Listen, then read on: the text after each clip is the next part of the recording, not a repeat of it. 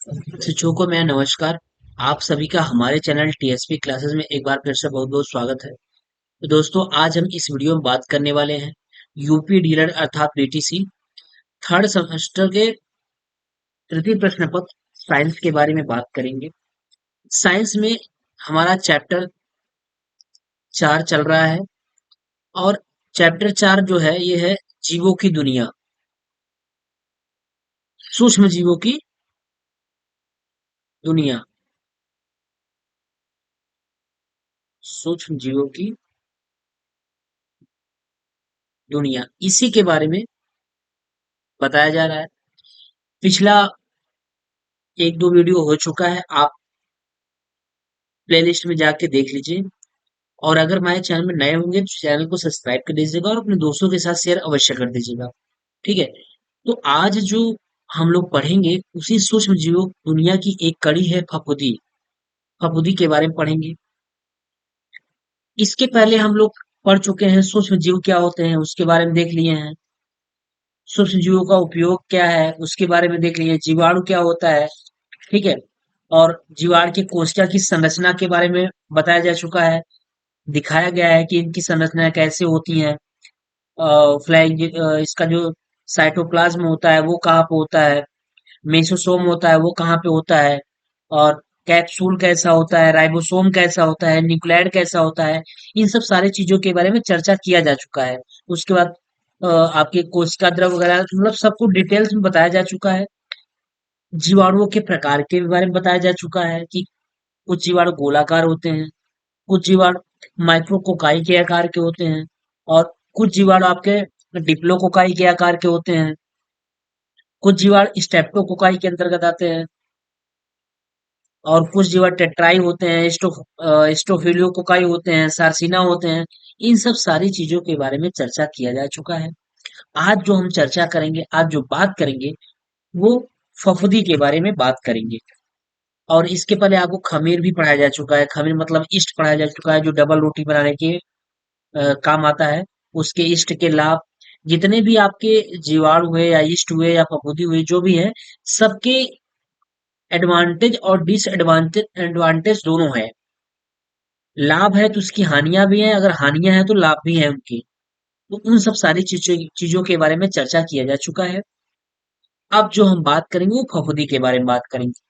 फफूंदी अमूमन आप लोग देखे होंगे, हमेशा इस चीज को देख लेते होंगे कि ये फफूंदी जो होता है वो आपके घरों में बड़ी आसानी से देखने को मिल जाता है।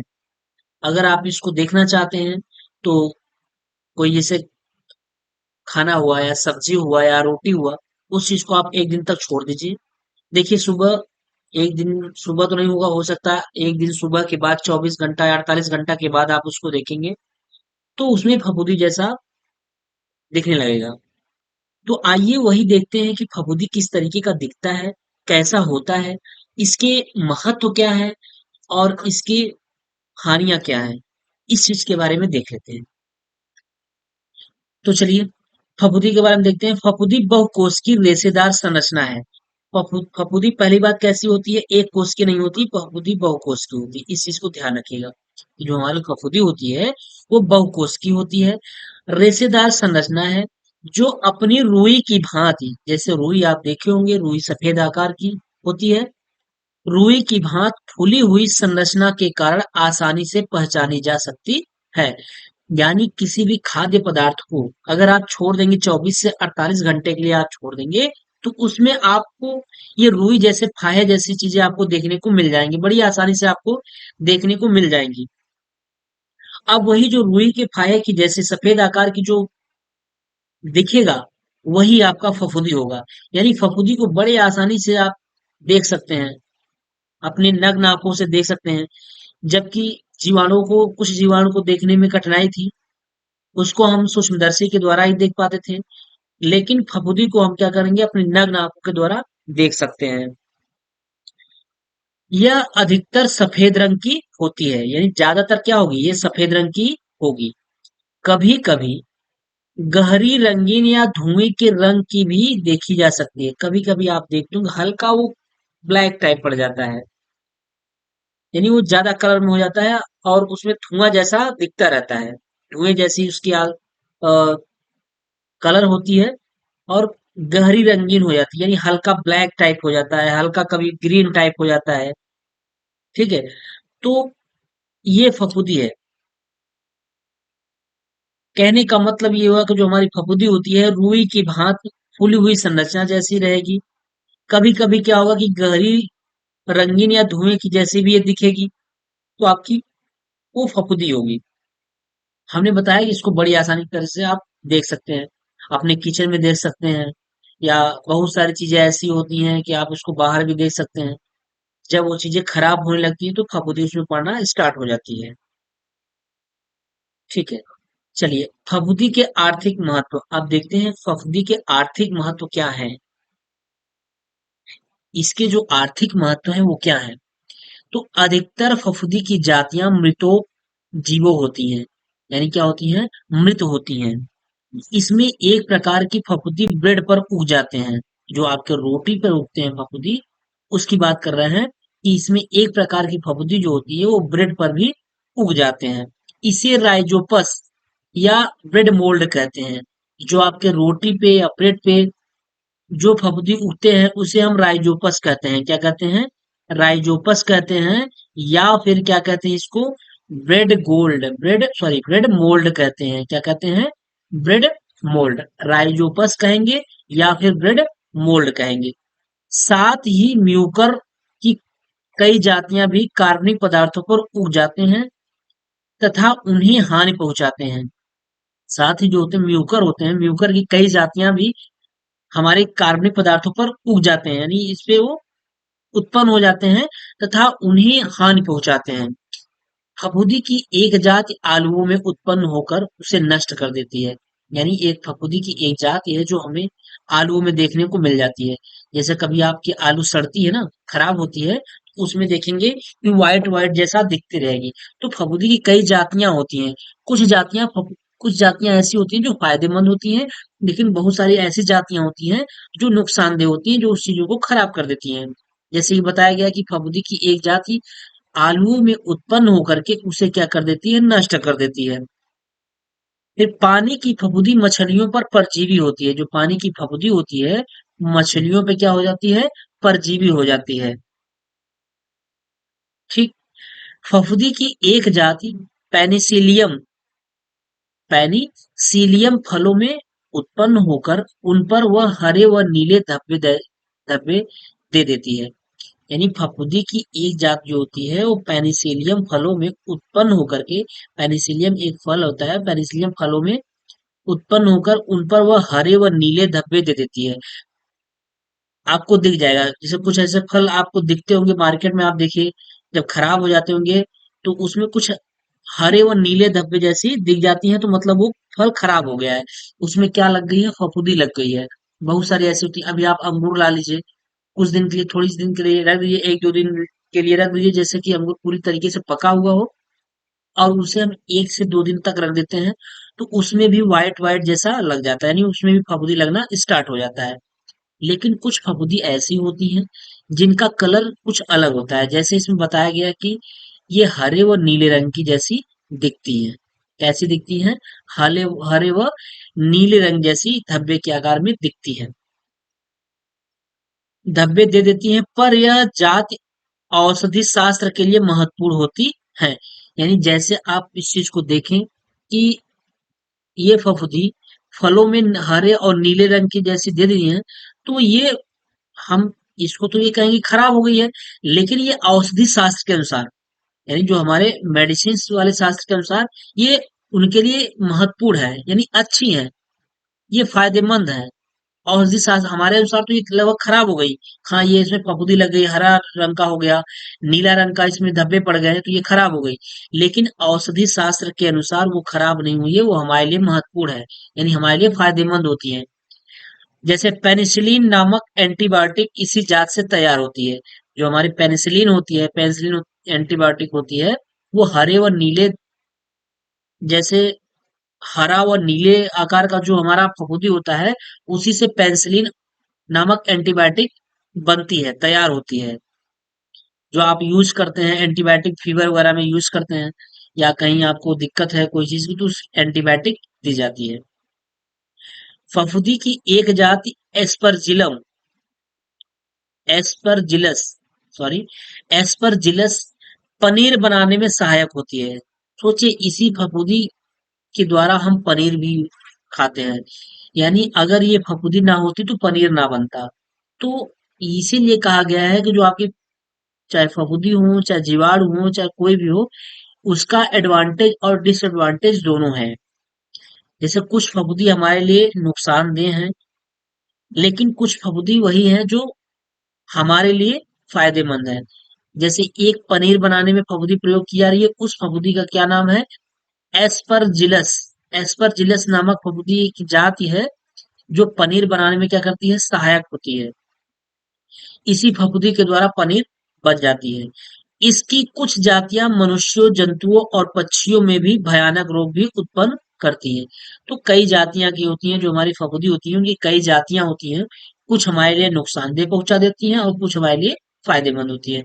जैसे कुछ जातियां हमें मनुष्यों, जंतुओं और पक्षियों के भयानक रोग भी पैदा कर देती हैं। चलिए आगे कह रहा है फफूंदी अचार, चमड़े तथा कपड़ों पर भी उग जाती है। जो हमारी फफूंदी होती है, कभी कभी आप देखे होंगे कि अचार में, अगर अक्सर ऐसा होता है, अगर अचार बनाते हो कि आपके हाथ में पानी वगैरह लगा हुआ है, आप उस हाथ से अचार को छू लिए हैं, उससे अचार, उसी हाथ से अचार को निकाल रहे हैं, तो उसमें अक्सर फफूंदी लग जाती है। ठीक है, और वो फफूंदी उस अचार को खराब कर देती है। तो होता क्या है कि लोग ये कहते हैं कि इनको थोड़ा सा धूप दिखा दिया जाए। अगर हल्का फुल्का फफूंदी लगा हुआ है तो धूप दिखाने से फफूंदी नष्ट हो जाती है और अचार हमारी सही हो जाती है। ठीक है, लेकिन अगर ज्यादा बेस में फफूंदी लग गई होती है तो अचार हमारा खराब हो जाता है। तो फफूंदी अचार चमड़े तथा कपड़ों पर भी उग जाती है। चमड़ों में भी उग जाती है, कपड़ों में ऐसे रखे रहेंगे, कभी कभी आप, आपके जो बॉडी में पसीने वगैरह हो रहे हैं, उसी, मान चलिए आप उस कपड़े को धारण किए हुए हैं और आपके बॉडी में पसीने वगैरह हो गए, और उस कपड़े को आप निकाल करके हैंगर में टांग दिए, और कुछ दिन तक जब ऐसे पड़ा रह गया तो उसमें क्या हो जाता है? फफूंदी उग जाती है। ठीक है, जो हमारे स्वास्थ्य के लिए हानिकारक होती है। फफूंदी भूमि में उपस्थित कार्बनिक पदार्थों पर उगकर उसे सड़ा देते हैं। यानी फफूंदी जो होती है, भूमि में उपस्थित जो हमारे कार्बनिक पदार्थ हैं, उस पर भी वो क्या हो जाते हैं? पैदा हो जाती हैं, और उसको क्या कर देती हैं? सड़ा देती हैं। सड़ा कर क्या बनाती हैं? खाद बना देती हैं, तथा भूमि को उपजाऊ बना देते हैं। जब खाद बन जाएगी तो हमारी भूमि क्या हो जाती है? उपजाऊ हो जाती है। जब कोई भी वस्तु जमीन के अंदर सड़ती है तो उसमें मेन रोल होता है फफूंदी का। फफूंदी क्या करती है? उस चीजों को सड़ा देती है।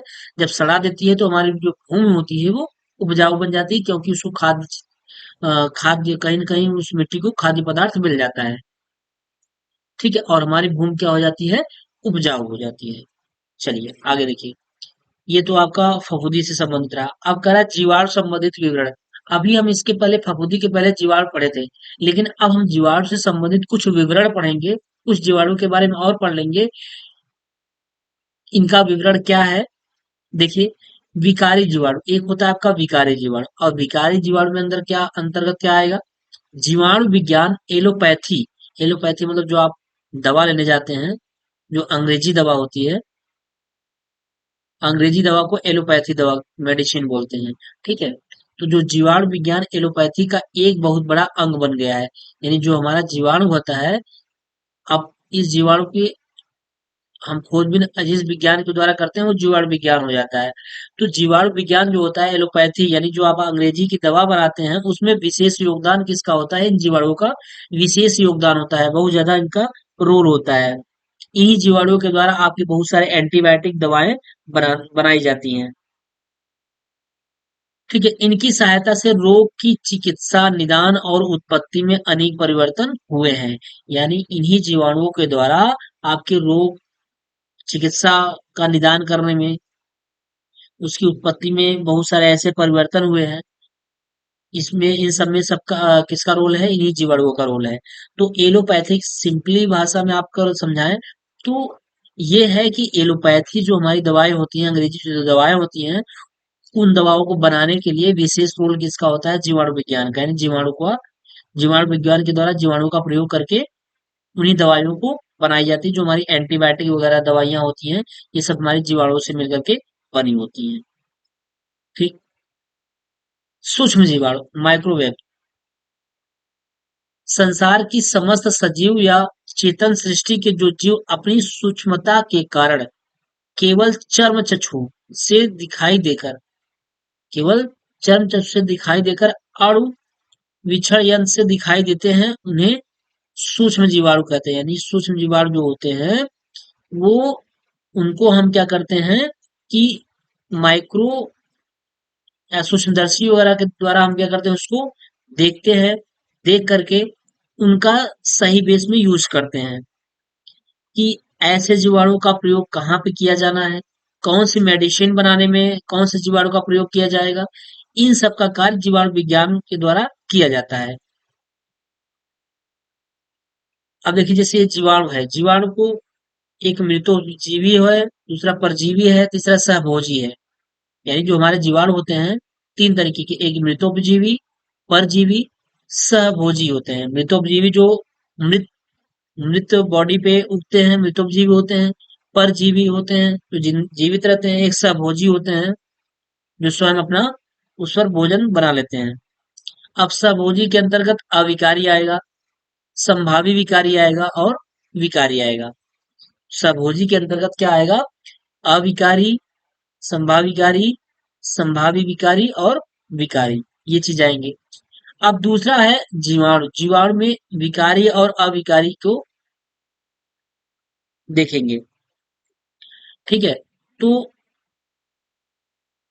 कहीं ना कहीं हम इन चीजों से ये देख रहे हैं कि हमारे जो जीवाणु हैं और जो हमारे फफूंदी हैं, इन सब का प्रयोग किया जा रहा है, फायदे के लिए भी है और कहीं कहीं बहुत ज्यादा इनका नुकसान भी है।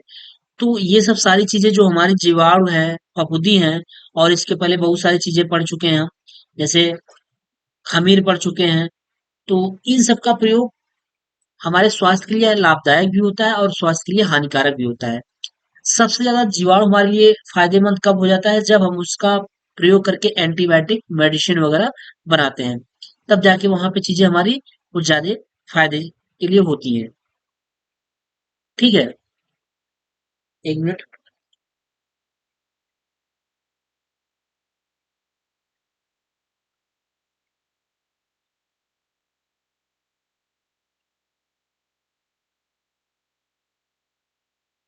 ठीक है। तो ये चीजें हमारी हैं कि इन जीवाणु के बारे में फिर से हमने देख लिया कि हमारी जो मृतोपजीवी जीवाणु है, परजीवी है, सभोजी है। तो एक कौन सा मृतोपजीवी पे होते हैं, कौन परजीवी पे होते हैं, कौन सभोजी पे होते हैं, इन सभी चीजों को देख लिए हैं। इसके बाद हम कुछ एंटीबायोटिक दवाएं देखेंगे। जो एंटीबायोटिक दवाएं हैं, वो किस जीवाणु से मिलकर के बनी हुई हैं, उस इस बारे में चर्चा करेंगे। ठीक है। कि जैसे बहुत सारे एंटीबायोटिक वगैरह दवाइयां होती हैं, अब वो एंटीबायोटिक दवाई किस जीवाणु के द्वारा बनाई गई है, जीवाणु के द्वारा बनाई गई है या फफूंदी के द्वारा बनाई गई हैं, उन चीजों के बारे में विस्तृत अध्ययन करेंगे, उसके बारे में देख लेंगे। ठीक है, वो हम अगली क्लास में डिटेल्स में उसको समझाएंगे, क्योंकि इस क्लास में कराने से मतलब ये होगा कि आधा इसमें चलाएगा, आधा नेक्स्ट क्लास में चलाएगा, तो मजा नहीं आएगा। तो उसके लिए हम अलग से एक क्लास लाएंगे जिसमें उस पूरे को कवर कर लेंगे, एंटीबायोटिक में और क्लासिफिकेशन ऑफ बैक्टीरिया में क्या है, किस तरीके से उसका प्रयोग किया जा रहा है एंटीबायोटिक बनाने में। ठीक। तो इन सब चीजों को हम एक वीडियो में कवर करेंगे। तो आज फिलहाल इतना ही हम इस वीडियो में देख लेंगे, इसके बाद नेक्स्ट वीडियो में देखेंगे। ठीक है। तो दोस्तों, अगर आपको ये वीडियो समझ में आया हो, वीडियो अच्छा लगा हो, तो प्लीज लाइक कर दीजिएगा और चैनल पे नए होंगे तो चैनल को सब्सक्राइब कर लीजिएगा और अपने दोस्तों के साथ शेयर अवश्य कर दीजिएगा। ठीक है।